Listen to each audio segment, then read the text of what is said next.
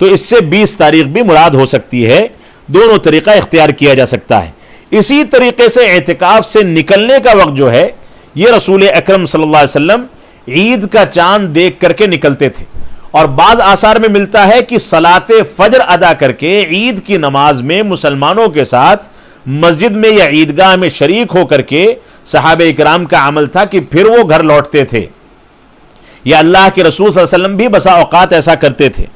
اگر ایسا انسان کر سکے تو یہ افضل ہے، اس میں کوئی حرج کی بات نہیں ہے.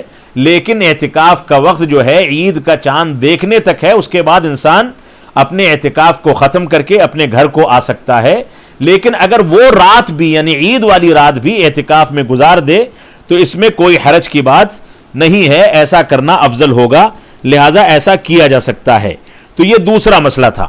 تو ہم کو شب قدر جو تلاش کرنی ہے وہ آخری عشرے کی طاق راتوں میں. اس سلسلے میں لوگوں کے ذہنوں میں غلط فہمی یہ ہے کہ طاق راتیں سعودی عرب میں یا دوسرے ممالک میں دوسرے ایام میں ہیں. مثال کے طور پر آج وہاں پہلی شب قدر ہے اور ہمارے یہاں پہلی شب قدر کل کی رات ہوگی. تو یہ غلط فہمی جو ہے، یہ غلط فہمی ہمارے ذہنوں کی ایجاد ہے. اصل میں اللہ رب العالمین کی رحمت کو محدود کرنے کی ضرورت نہیں ہے. ہمیں اپنے علاقے کے لحاظ سے چاند دیکھ کر کے تاریخیں شمار کرنی ہے اور اپنے لحاظ سے چاند دیکھ کر کے عید کی نماز پڑھنی ہے. اب لیلۃ القدر کو ہم یہ سوچیں کہ آج سعودی عرب میں گزر گئی، کل ہمارے یہاں کیسے ہوگی، دونوں میں ٹکراؤ پیدا ہو رہا ہے. تو ٹکراؤ تو یہ بھی پیدا ہو رہا ہے کہ کل کی رات ہمارے ہندوستان میں جب شب قدر شروع ہوگی تب امریکہ یا دوسرے بعض ممالک میں دن شروع ہو رہا ہوگا. تو یہ اتفاق تو ممکن ہی نہیں ہے. یعنی سورج اور چاند کا اتفاق کسی بھی لحاظ سے ممکن نہیں ہے. اس میں تاریخوں کا فرق یہ فطری ہے. اس وجہ سے ہم کو اس چکر میں نہیں پڑنا چاہیے اور اللہ رب العالمین کی رحمت سے اور اس کی عظمت سے اور اس کی برکتوں سے مکمل امید رکھنی چاہیے کہ لیلۃ القدر کو وہ جب جہاں چاہے انسانوں کو اس سے فائدہ پہنچا سکتا ہے. ہو سکتا ہے کہ آج سعودی عرب میں ہو جائے اور بہت ممکن ہے کہ 3-4 روز 5 روز کے بعد 23ویں میں 25ویں میں 27ویں میں یا 29ویں میں ہندوستان میں ہو یا کل ہی کی رات میں ہندوستان میں ہو جائے. یہ اللہ رب العالمین کا معاملہ ہے. اللہ رب العالمین کے غیبی امور سے تعلق رکھنے والی چیز ہے. یہ اللہ رب العالمین جانتا ہے اور وہ ہر جگہ کی لیلۃ القدر کو ہمارے حق میں لکھ سکتا ہے. اس وجہ سے اس بحث میں ہم کو نہیں پڑھنا چاہیے. تو اعتکاف کے سلسلے میں رسول اکرم صلی اللہ علیہ وسلم کی سے متعلق ایک روایت صحیح بخاری اور صحیح مسلم کی یہ بھی ہے کہ اللہ کے نبی صلی اللہ علیہ وسلم رمضان کے آخری عشرے میں اعتکاف کرتے تھے یہاں تک کہ اللہ رب العالمین نے آپ کو وفات دے دی. جب آپ کی وفات ہو گئی تو آپ کے بعد آپ کی بیویوں نے یعنی ہماری ماؤں نے اعتکاف کا اہتمام کیا، جیسا کہ صحیح بخاری اور صحیح مسلم کی روایت ہے. اسی طریقے سے معتکف کے لیے جو اعتکاف کرتا ہے اس کے لیے سنت کا تذکرہ کرتے ہوئے رسول اکرم صلی اللہ علیہ وسلم یہ فرماتے ہیں کہ السنت علی المعتکف الا يعود مريضا ولا يشهد جنازة ولا يمس امرأة ولا يباشرها ولا يخرج الا لحاجة الا لما بد منه. یہ ابو داؤد کی صحیح روایت ہے. اللہ کے نبی صلی اللہ علیہ وسلم نے فرمایا کہ اعتکاف کرنے والے کے لیے طریقہ اور سنت یہ ہے کہ وہ کسی مریض کی عیادت کے لیے اعتکاف سے نہ نکلے الا یہ کہ مسجد میں کوئی مریض ہو تو الگ مسئلہ ہے. کسی جنازے میں شرکت کے لیے نہ جائے الا یہ کہ مسجد میں جنازے کی نماز پڑھائی جائے تو نماز میں شریک ہو سکتا ہے. عورت کو نہ چھوئے یعنی اس کے ساتھ ہم بستری اور بے تکلفی والی کیفیت اختیار نہ کرے، نہ اس کے ساتھ مباشرت کرے اور نہ بلا کسی ضروری حاجت کے وہ مسجد سے باہر نکلے. یہ اللہ کے نبی صلی اللہ علیہ وسلم نے ذکر فرمایا. اسی طریقے سے اللہ کے نبی صلی اللہ علیہ وسلم کے بارے میں اماں عائشہ فرماتی ہیں کہ جب آپ اعتکاف میں ہوتے تھے تو آپ کا حجرہ کیونکہ مسجد سے متصل تھا تو آپ اپنا سر اپنے معتکف سے میری جانب بڑھاتے تھے اور میں آپ کے سر میں کنگھی کر دیا کرتی تھی. یعنی یہاں پر دوسرا مسئلہ یہ ثابت ہوتا ہے کہ اگر بیوی شوہر کے لیے خدمت کرنے کا امکان رکھتی ہے تو وہ ایسا کر سکتی ہے، اس میں کوئی حرج کی بات نہیں ہے. انسان اتنی خدمت اس سے لے سکتا ہے، یعنی مثال کے طور پر وہ صفائی کر دے، بال کو دھو دے، تیل رکھ دے، کنگھی کر دے، اس طرح کی چیزیں کرنے میں کوئی حرج نہیں ہے، جیسا کہ ابو داؤد کی صحیح روایت میں اس کا تذکرہ ملتا ہے۔ رسول اکرم صلی اللہ علیہ وسلم اعتکاف سے نکل کر کے اپنے گھر میں بھی جاتے تھے، کیونکہ آپ کا گھر مسجد سے متصل تھا، مسجد کا حجرہ تھا۔ اگر آج کے دور میں کسی کے پاس ایسا حجرہ ہے جو مسجد سے متصل ہے تو بوقت ضرورت استنجا، قضاء حاجت، غسل وغیرہ کے لیے وہ اپنے گھر میں داخل ہو سکتا ہے، لیکن وہ اعتکاف کے سارے مسائل کو سامنے رکھتے ہوئے، اس کا لحاظ رکھتے ہوئے داخل ہوگا، پھر اپنے اعتکاف کی جگہ پر آ جائے گا۔ یہ رسول اکرم صلی اللہ علیہ وسلم کی چند سنتیں ہیں جو آپ کے سامنے اعتکاف سے متعلق ذکر کی گئیں۔ اس سلسلے میں خواتین کے اعتکاف کے بارے میں یہ واضح کر دینا ضروری ہے، جیسا کہ صحیح بخاری صحیح مسلم کی روایت میں یہ گزرا کہ اللہ کے نبی صلی اللہ علیہ وسلم کی وفات کے بعد امہات المومنین اعتکاف کرتی تھیں، تو اعتکاف کرنے کی اجازت خواتین کو بھی ہے اور ان کے لیے بھی یہ چیز سنت ہے۔ لیکن اگر فتنے کا خطرہ ہو، اختلاط کا خطرہ ہو، مسجد کے اندر امن و سلامتی کے امکانات نہ ہوں، تو ایسی صورت میں وہ گھر میں رہے گی، وہ اعتکاف نہیں کرے گی۔ لیکن امن و سلامتی کے ساتھ اگر مسجد میں پورے انتظامات خواتین کے لیے ہیں کہ وہ باپردہ رہتے ہوئے، فتنوں سے بچتے ہوئے اعتکاف کر سکتی ہیں، ان کے لیے خاص جگہ بنائی گئی ہیں، تو ایسی صورت میں ان کا اعتکاف جائز ہے، وہ کر سکتی ہیں، اس میں کوئی حرج کی بات نہیں ہے۔ لیکن ہندوستان کا جو موجودہ ماحول ہے، اس ماحول میں خواتین کو میری اپنی رائے یہ ہے کہ اعتکاف کی اجازت بڑوں کی جانب سے نہیں دی جانی چاہیے، کیونکہ کوئی بھی شرد پسند عناصر نکل کر کے کچھ بھی ایسی حرکت کر سکتا ہے جس کی وجہ سے ماحول خراب ہو جائے۔ لہذا بہت سوچ سمجھ کر کے اس کی اجازت دی جائے اور ساری چیزوں کی رعایت کر کے سارے انتظامات پہلے کر لیے جائیں، تبھی اجازت دی جائے۔ تو یہ چند مسائل تھے جن کا تذکرہ آنا اعتکاف سے متعلق یا آخری عشرے سے متعلق ضروری تھا۔